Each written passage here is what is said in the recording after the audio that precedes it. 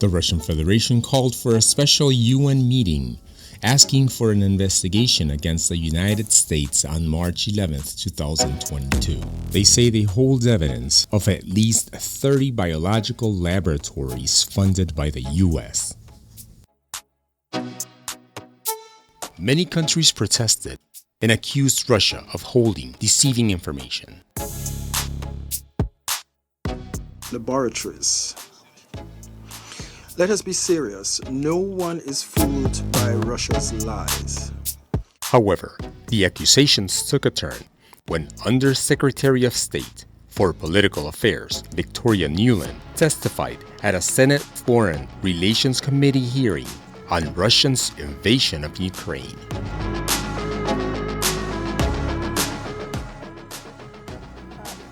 Ukraine has a biological research facility.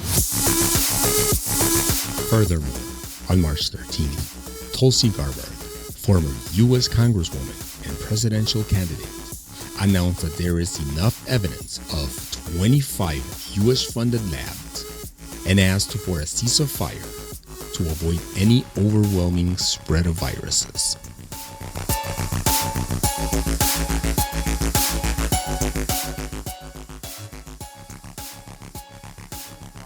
Simply for stating the fact that there are over 25 U.S.-funded biolabs in Ukraine, which is...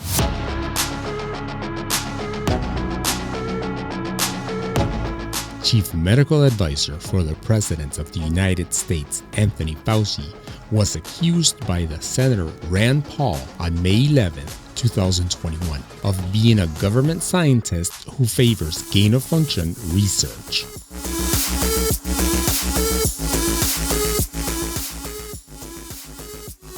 Want to know. 3 million people have died from this pandemic, and that should cause us to explore all possibilities.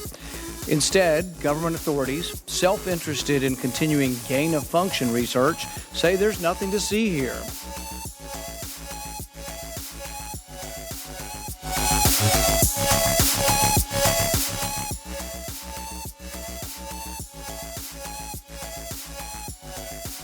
Gain-of-function research, as you know, is juicing up naturally occurring animal viruses to infect humans.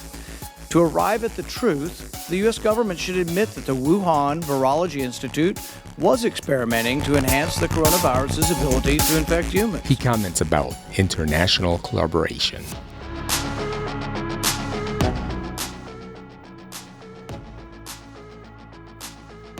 Scientists in the U.S. have long known how to mutate animal viruses to infect humans. For years, Dr. Ralph Barrick, a virologist in the U.S., has been collaborating with Dr. Shi Zhengli of the Wuhan Virology Institute, sharing his discoveries about how to create superviruses.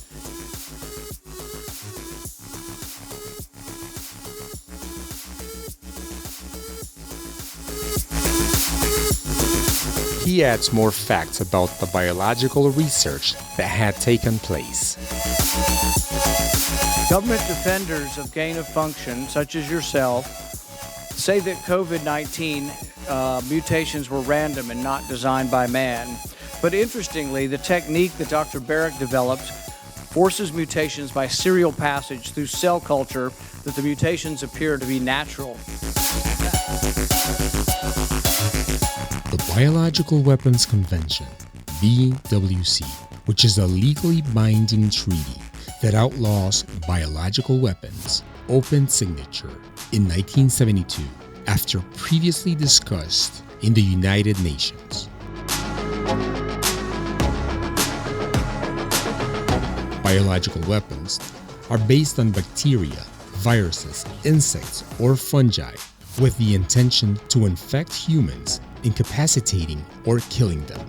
The effects suffered from these weapons are slower than chemical weapons, but they could be just as deadly. The international humanitarian law that began in the 18th century also prohibits these kinds of weapons. Russians have also been internationally accused of using poisonous substances against their enemies for decades.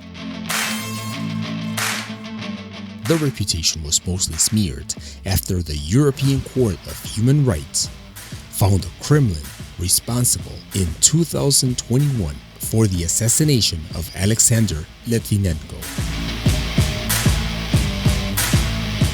Alexei Navalny became internationally famous as Putin's accuser and Russia's corruption protester after being saved at a German hospital from poisoning in 2020.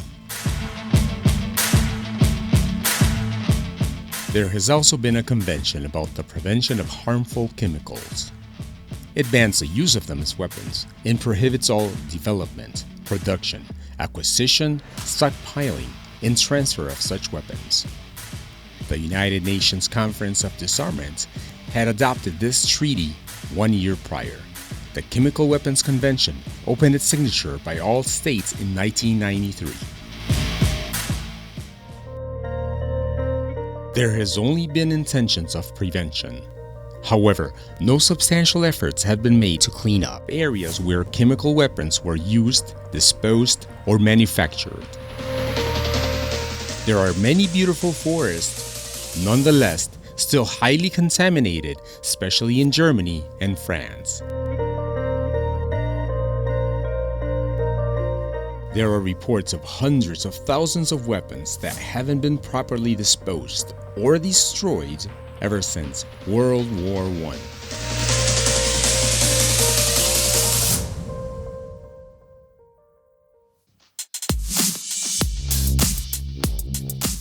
Chemical weapons, usually in the form of gas, can affect skin, the eyes, respiratory and/or nervous system.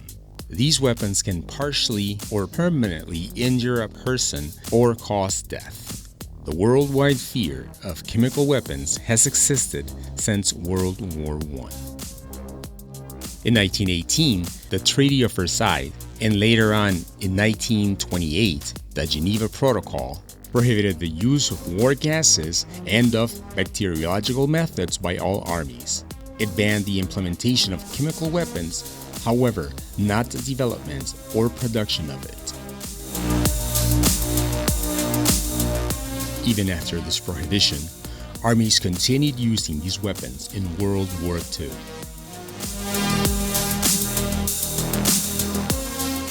Despite the conventions, treaties, complaints, protests, after seeing the horrible consequences of the use of these weapons, armies still use them.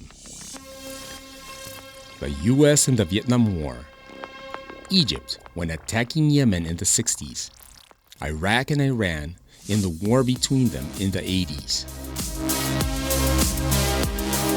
and in the Syrian civil war in the 2010s.